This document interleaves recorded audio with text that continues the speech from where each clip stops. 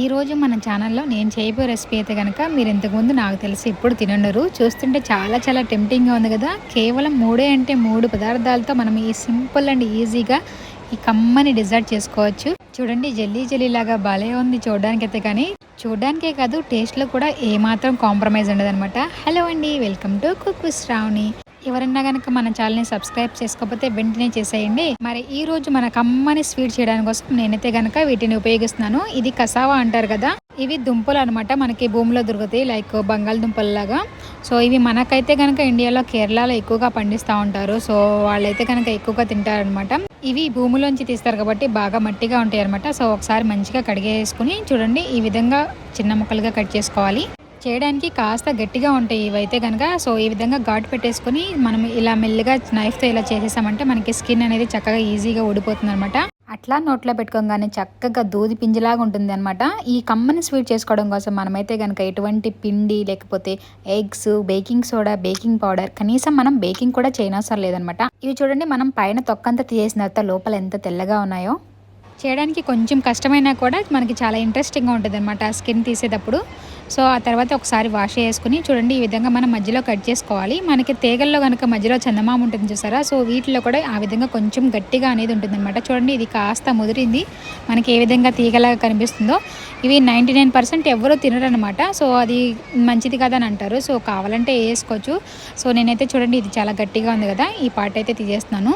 ఈ దుంపలను అయితే కనుక ఆఫ్రికా వాళ్ళు బాగా తింటారు. మనం అన్నం ఎలా తింటామో రైస్ని, సో వీటిని అయితే కనుక వాళ్ళు అలాగ ఉపయోగిస్తారు. ఇలా ఫ్రెష్గా వీటితో మనకి ఫూఫు అనేది చేస్తారనమాట. మనం అన్నం రోజు ఎలా తింటామో వాళ్ళు ఇలా ముద్దలాగా చేసుకుని తింటారనమాట. వేరే కర్రీలతో మనం అన్నం కూర ఎలా వండుకుంటామో వీళ్ళు ఈ దుంపలతో చేసుకుంటారనమాట. చాలా జల్లీ జల్లీగా పేస్ట్ లాగా చాలా బాగుంటుంది. ఇలా డైరెక్ట్గా దుంపతో చేసుకుంటారు, లేదంటే వాళ్ళకి కసావా పిండి కూడా ఉంటుందన్నమాట. సో ఆ పిండితో కూడా చేసుకుంటారు. సో ఇలా మంచిగా వాష్ చేసుకున్న తర్వాత మధ్యలో పాడు తీసి మనం ఇలా కావాలంటే ఇలా తురుముకోవచ్చు, లేదంటే కనుక మనం గ్రైండర్లో కూడా వేసి మనం పేస్ట్ లాగా చేసుకోవచ్చు అనమాట.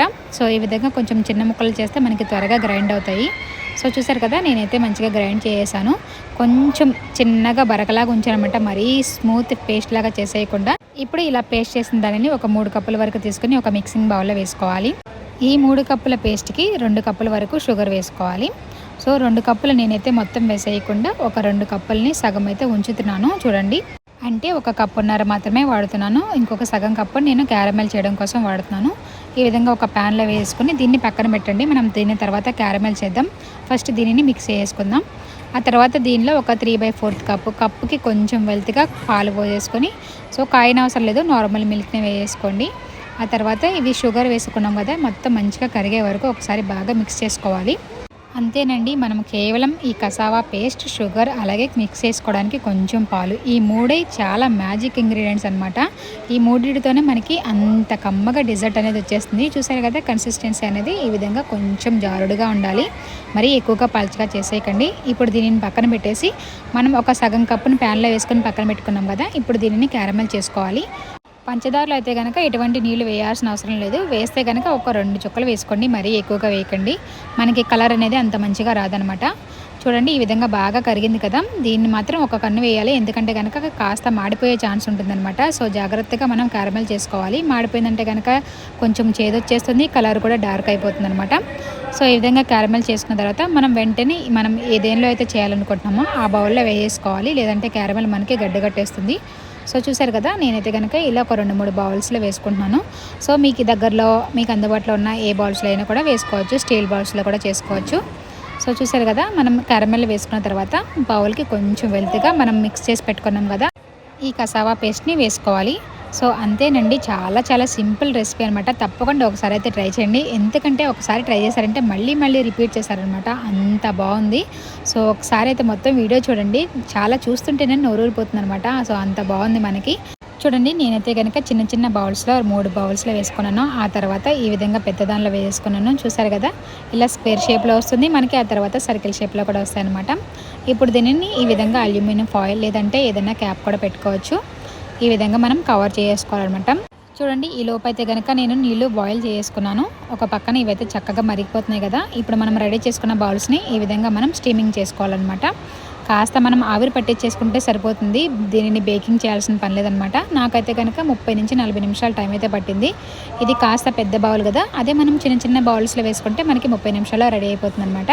చూడండి, ఒక్కసారి ఇలా టూత్ పిక్తో గుచ్చి చూస్తే మనకి ఎటువంటి పిండి అంటలేదంటే మనకి చక్కగా రెడీ అయిపోయినట్టే. ఇప్పుడు మనం వీటిని డిమాల్డ్ చేసుకుందాం. వావ్, చూసారు కదా, వీటిని చూస్తుంటే చాలా చాలా టెంప్టింగ్గా ఉన్నాయి. సో వేడి వేడిగా కసావా కేక్ అనేది రెడీ అయిపోయింది అనమాట. మనం చక్కగా కారమెల్ చేసుకున్నాం కదా, మనం దీనిలో ఎటువంటి ఫుడ్ కలర్ కూడా వేయనవసరం లేదు. చూడండి, కాస్త చల్లారిన తర్వాతే తింటే బాగుందనమాట వేడి వేడిగా కన్నా.